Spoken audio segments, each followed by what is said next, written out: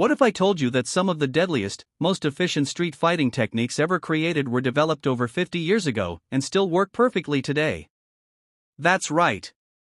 Bruce Lee's legendary techniques, forged through relentless training and real-world philosophy, remain just as dangerous and effective in modern self-defense as they were in his time.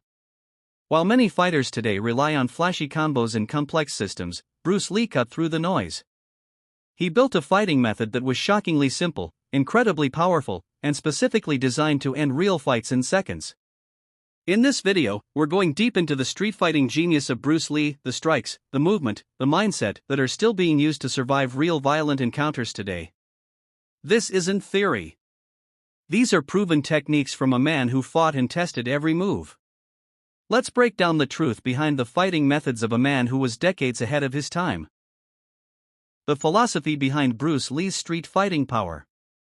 To understand why Bruce Lee's techniques still work today, we first need to understand the philosophy that built them. Bruce Lee was not just a fighter.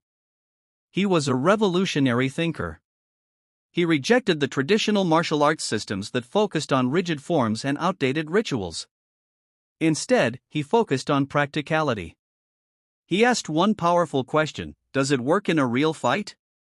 If the answer was no, he discarded it, no matter how beautiful or traditional it was. This mindset led him to create Jeet Kune Do, which means the way of the intercepting fist. It wasn't about rules. It wasn't about styles.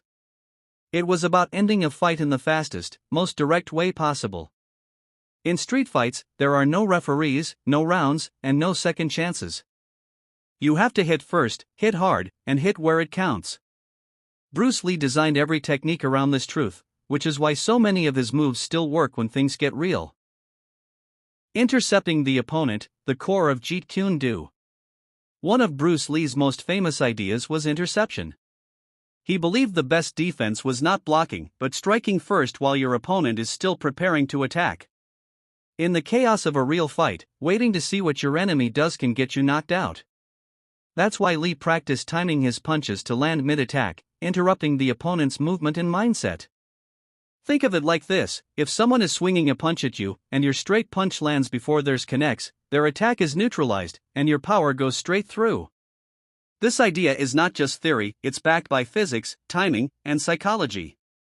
Intercepting demoralizes the attacker. It shocks them. And Bruce Lee mastered this.